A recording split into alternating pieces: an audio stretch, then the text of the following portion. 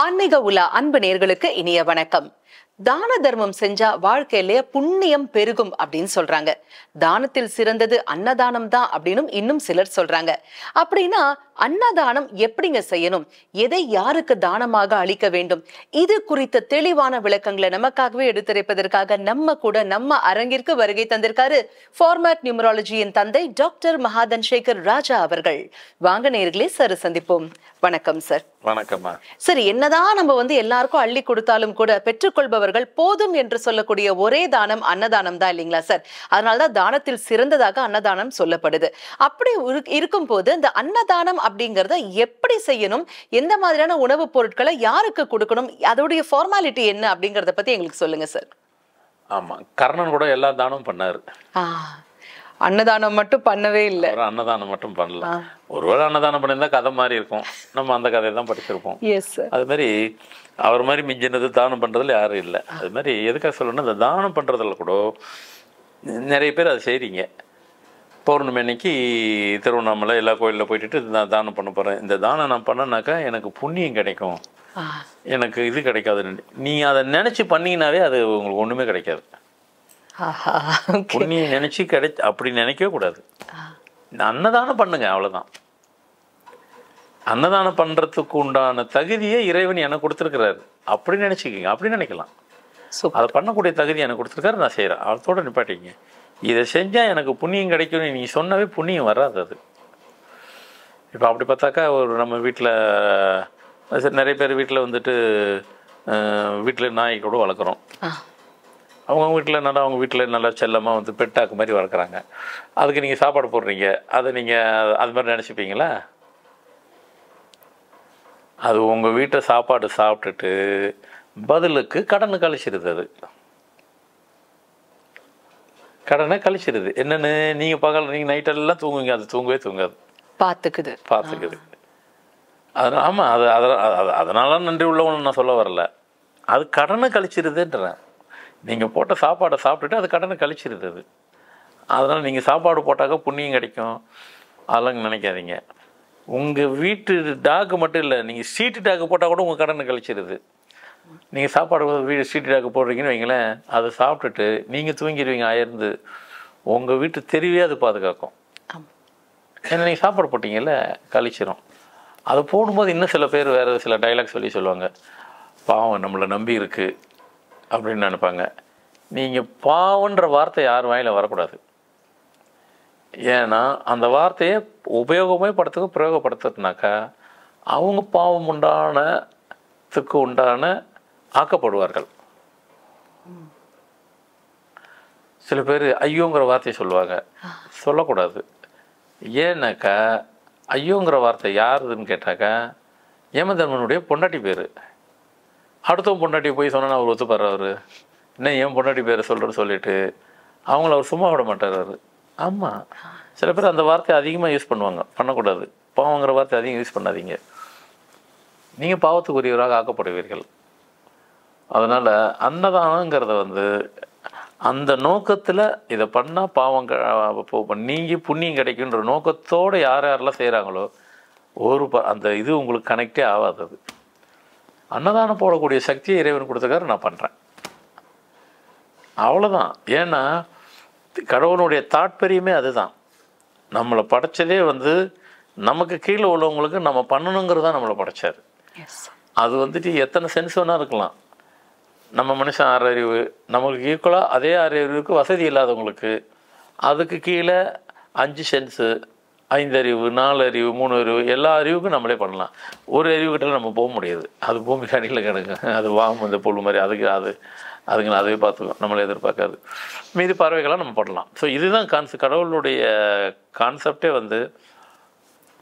நம்மளுக்கு அடுத்து உள்ளவங்க, அது அறிவு சார்ந்ததாக இருக்கலாம், வசதி சார்ந்ததாக இருக்கலாம், அதை போட்டுட்டு அதில் பிரதிபலனோட எனக்கு அது கிடைக்கும், எனக்கு அந்த அந்த எதிர்பார்ப்புங்கிறது இருக்கவே கூடாது. இப்போ நான் கூட பெரிய கோயில் கட்டியிருக்கிறேன், அவ்வளோதான். கோயில் கட்டுறதுக்கு உத்தரவு கொடுத்தாரு, கொட்டியாச்சு, அவ்வளோதான், என் வேலை முடிஞ்சு போயிடுச்சு. போனோன்னாக்கா சாமி கும்பிடுவேன், நின்று சாமி கும்பிட்டுட்டு வந்துக்கிட்டே இருப்பேன், அவ்வளோ. சாமி கும்பிட்றது நான் வணக்கம் வந்துட்டேன், ஓகே, அவ்வளோதான். அட்டண்டன்ஸ் தான்.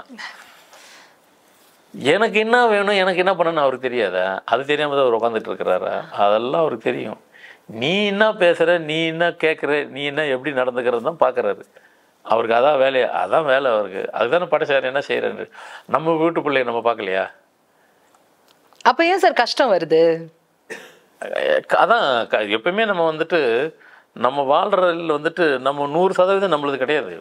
நம்ம 33, நம்ம பெற்றோர் 33, நம்ம ஜெனிட்டிக் முன்னோர்கள் 33, இந்த 3 எல்லாம் சேர்ந்தால் தான் 100 உண்டான வாழ்க்கை நம்ம வாழணும். அந்த பெருசுங்க கரெக்டாக இருந்ததுன்னா நம்ம கரெக்டாக இருந்துருவோம். அதுக்கு ஏதாவது பண்ணிட்டு போயிருப்பீங்க. இப்போ இருக்கிறதுக்கு எல்லாரும் அவஸ்தைப்படுறாங்க. அதனால் நீங்கள் கரெக்டாக இருந்தீங்கன்னாக்கா உங்கள் அடுத்த தலைமுறை, உங்கள் பசங்க ஃபஸ்ட் கிளாஸ் லைஃப்பை அவங்க என்ஜாய் பண்ணுவாங்க. அடுத்து உங்கள் பசங்கள்லாம் நல்ல லைஃப்பை என்ஜாய் பண்ணணுன்னா நீங்கள் கரெக்டாக இருங்க. உங்களால் எவ்வளோ முடியுமோ, என்ன முடியுமோ, என்ன செய்வீங்களோ. இல்லைங்க, நான் எவ்வளோ செஞ்சு பார்த்துட்டேங்க, நான் இன்னும் உயரமான வாழ்க்கை. நீங்கள் வாழ்க்கை உயரன்றது பெரிய 10 மாடியில் 100 மாடியில் இருக்குது, அது உயரம் இல்லைங்க. நீங்கள் ஆனஸ்டாக நடந்தவே அதுதாங்க உயரமான வாழ்க்கை. உண்மை அதுதான். ஏன்னா உங்களுக்கு அந்த இடத்துல ஈக்குவலாக இன்னொரு ஆள் இருப்பாங்களான்னா இருக்காது. அதுதான் உயரமான வாழ்க்கை. நீங்களாகவே இருங்க. எந்த இடத்துலையும் நீங்களாகவே இல்லாமல் போயிடாதீங்க. எந்த சூழ்நிலையும் அதெல்லாம் அவர் டெஸ்ட் பண்ணுவார், செக் பண்ணுவார். உங்களெல்லாம் எப்போயாவது ஒரு முறை செக் பண்ணுவார். என்னை டெய்லி செக் பண்ணுறாரு, இவன் கரெக்டாக இருக்கிறானா. ஏன்னா என்னை டெய்லி 10 பேர் பார்க்குறாங்களே, 20 பேர் பார்க்குறாங்களே, உலகம் ஃபுல்லாக பார்க்குறாங்க இல்லையா, இவன் கரெக்டாக பார்க்குறானா. ஏன்னா எல்லாம் அவங்க வீட்டு ஆள், என் வீட்டு ஆள் இல்லை. நம்ம எல்லாமே அவர் வீட்டு குழந்தை தானே. அப்போ எல்லாம் அவர் வீட்டு ஆள் தானே, ஏன் ஆளா, எல்லாம் அவர் ஆள். நான் கரெக்டாக செய்யணும், நான் கரெக்டாக பார்க்கணும். அதை செய்கிறேன்னு வாட்ச் பண்ணுறாரு. ஆனால் எனக்கு டெய்லி எக்ஸாம் வைப்பார். ஆனால் நான் டெய்லி பாஸ் ஆகிட்டே இருக்கிறேன். நான் எப்பவுமே, ஏன்னா நான் கரெக்டாக இருக்கிறேன் இல்லையா, அதனால் நான் ஃபெயில் ஆக மாட்டேன். பாஸ் ஆகி டெய்லி மார்க் போடுறாரா இல்லை, பாஸ் ஆகிடுறேன், பாஸ் மார்க் எடுத்துடுறேன். அதெல்லாம் பிரச்சனை இல்லை. அதனால் எல்லாத்துக்கும் அது உண்டு அந்த இது. அதனால் அதெல்லாம் எதை நம்ம சொல்லணுமோ அதுக்கு தான் நம்ம முன்னோர்கள் வந்து அது விளக்கம் சொல்லி சொல்லலை. நீ வந்து செய், பிரதிபலனை எதிர்பார்க்காத, காரணத்தை சொல்லலை, நான் அதை சொல்கிறேன்.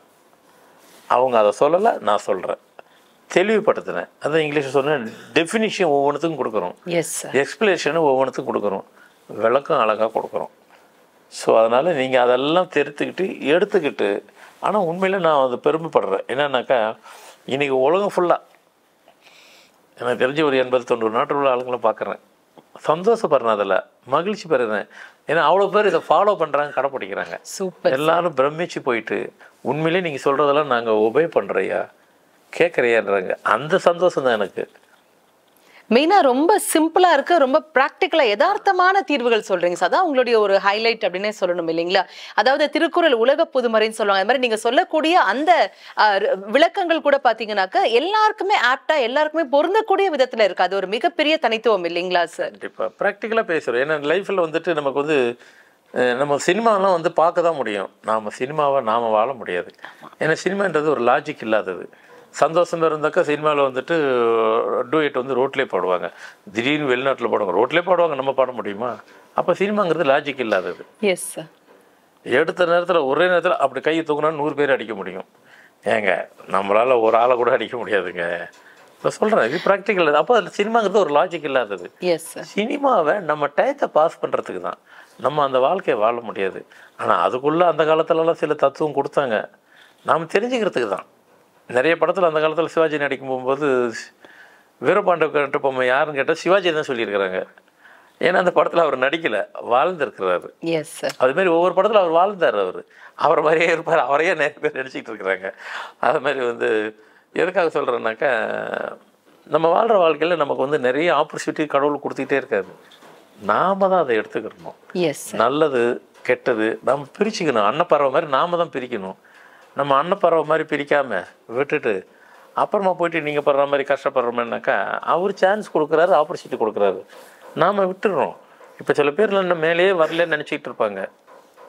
உங்களுக்கு ஆப்பர்ச்சுனிட்டி அவர் கொடுத்தாருங்க, எல்லாத்துக்கும் கொடுப்பாருங்க. நாம் எடுத்துக்கலன்னா அவர் பொறுப்பு இல்லைங்க.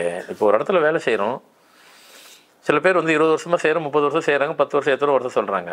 நீ கரெக்டாக இருந்ததுனால தான் 10 வருஷம் நம்ம கண்டினியூவாக இருக்க முடிஞ்சுது. ஆனால் அதுலேயும் சில இது இருக்குது. என்கிட்ட சில பேர் பார்ப்பாங்க, ஐயா நான் அந்த இடத்துல ஒரு இடத்துல 30 வருஷம் இருக்கிறாரு, வேஸ்ட் பண்ணிகிட்டு இருக்கிற, நீ முதல்ல வெளியே வா, இண்டிபெண்ட்டாக பண்ணு, வெளியே வந்துட்டு பண்ணணும், சொந்தமாக ஓனாக பண்ணணும். எக்ஸ்பீரியன்ஸ் எல்லாம் எடுத்து அது எக்ஸ்பெரிமெண்ட்லேருந்து எக்ஸ்பீரியன்ஸ் போய் எக்ஸ்பீரியன்ஸுன்றது எவ்வளோ நாள், ஒரு பர்டிகுலர் காலம் வரைக்கும் தான். அதுக்கப்புறம் அந்த எக்ஸ்பீரியன்ஸு பிரத்யேகம் யூஸ் பண்ணுறது உங்கள் சொந்தத்துக்கு யூஸ் பண்ணிக்கிங்க, அவங்க டேட்டில் அது இருக்குது, இப்படிலாம் இருக்குது. அதனால் இதெல்லாம் ஆப்பர்ச்சுனிட்டி. அவர் உங்கள்கிட்ட சொல்லுவார், இது நான் பார்த்து சொன்னேன்னு நீங்கள் நினைக்கிறீங்க, உங்களுக்கே சொல்லுவார், உங்கள் பயத்தில் நீங்கள் செய்கிறதில்ல. ஆப்பர்ச்சுனிட்டி நீங்கள் தான் மிஸ் பண்ணிடுறீங்க. என்னைக்கோ இருந்தாலும் கடவுளுங்கிறவர் நம்மளுக்கு நேரடியாக பேச மாட்டார், ஏதோ ஒரு சேனல் மூலயமா சொல்லுவார். சேனலும் ஏதோ ஒரு வழி மூலயமாக அதை நாம் எடுத்துக்கிறணும், நாம் கெட்டிமாக பிடிச்சிக்கிறணும். அப்படியே ட்ராவல் பண்ணிக்கிற லைஃப்பை, அழகான லைஃப்பை வாழலாம். அதுக்கு இந்த ப்ரோக்ராம் உங்களுக்கு கண்டிப்பாக யூஸ்ஃபுல்லாக இருக்கும்னு நினைக்கிறேன். நிச்சயமா சார். ஒரே ஒரு குட்டி கேள்வி சார், அதாவது அன்னதானம் பற்றி நம்ம பேச ஆரம்பிச்சா, கடவுள் நீங்கள் வந்து ஃபினிஷிங்கில் கொடுத்தீங்க இல்லைங்களா? ஸோ இது இரண்டையும் இணைக்கும் போது எனக்கு ஒரே ஒரு குட்டி சந்தேகம் வருது. சில பேர் பார்த்தீங்கன்னாக்கா சனி பகவான் பிடிச்சிருக்கவங்க ஜாதகத்தில் அப்படின்னாக்கா கோவிலில் சனிக்கிழமை அன்னைக்கு எள்ளு சாதம் வச்சு அங்கே வரக்கூடிய எல்லாருக்கும் அன்னதான பிரசாதமாக கொடுப்பாங்க இல்லைங்களா? இது சரியா செய்யக்கூடாதா? இல்லைம்மா, சனி பகவானுக்கு உகந்தது எள்ளு தான். அதை இவங்க வச்சு எல்லாருக்கும் வேற அவங்க கையால வேற கொடுக்கணும்னு கொடுப்பாங்க சார். அதாவது ஒரு விஷயம் வந்து என்னன்னாக்கா, நீ நல்லா இருக்கிறதுக்கு 4 பேர் எப்படினாலும் போன்னு சொல்லக்கூடாது. அதுதான் அந்த நோக்கத்தை வரக்கூடாது. அதுதான் இப்போ சொல்ல, அன்னதானமே நீ செய்யக்கூடாதுன்னு சொல்ல வர்ற. அதை நீயே உட்காந்து ஒரு 1/2 கிலோ உட்காந்து தின்னு அவரு தின்னு வச்சிடணுன்ற. Correct sir. அது ரொம்ப தப்பான ஒரு விஷயம் இல்லைங்க? கரெக்ட் தான் சொல்றது. Correct sir. உனக்கு தான் போகணும், நீயே உட்காந்து தின்னு. அன்னைக்கு ஒரு வேளை சாப்பாடு உனக்கு அதுதான். மற்றவன் சாப்பிட்றான்ல, மற்றவன் கொஞ்சம் கொஞ்சமாக கொடுக்கணும் பிரசாதத்தை, நீயே ஃபுல்லாக தின்னு. உனக்கு உன் உடம்புல அதானே இருக்குன்னு சொல்கிறாங்க, உன் உடம்புலேருந்து போயிடும் ஃபுல்லாக. இது ஒன்றும் தவறான விஷயம் இல்லையா? 4 பேர் கொடுக்கணும். அப்போ உங்களுதுலேருந்து மற்றவங்களுக்கு போட்டுங்கிறது வேண்டாம். உங்களுதுலேருந்து போகிறதுக்கு நீங்களே சாப்பிடுங்க, மொத்தமாக சாப்பிடுங்க, மொத்தமாக போயிடும். அது மேல காக்காய்க்கு சாதம் வைக்கிறதும் ரொம்ப நல்லது. அதோடைய பசிப்பினி போனா மாதிரியும் இருக்கும், அதே மாதிரி அடுத்தவங்களுக்கு எந்த விதமான பாதிப்பு கொடுக்காத ஒரு நிலையிலும் இருக்கும் இல்லைங்களா சார்? சூப்பரான விளக்கங்கள் எங்களுக்காகவே ஆஸ் யூஷுவல் ரொம்ப அழகான விளக்கங்கள் பகிர்ந்துக்கிட்டீங்க சார். கொடானு கோடி அன்பு நெஞ்சங்கள் அனைவர் சார்பாகவும் மனமார்ந்த நன்றிகள். ஆன்மீக உலா சேனலை பாருங்க, மறக்காம லைக் பண்ணுங்க, ஷேர் பண்ணுங்க, சப்ஸ்கிரைப் பண்ணுங்க.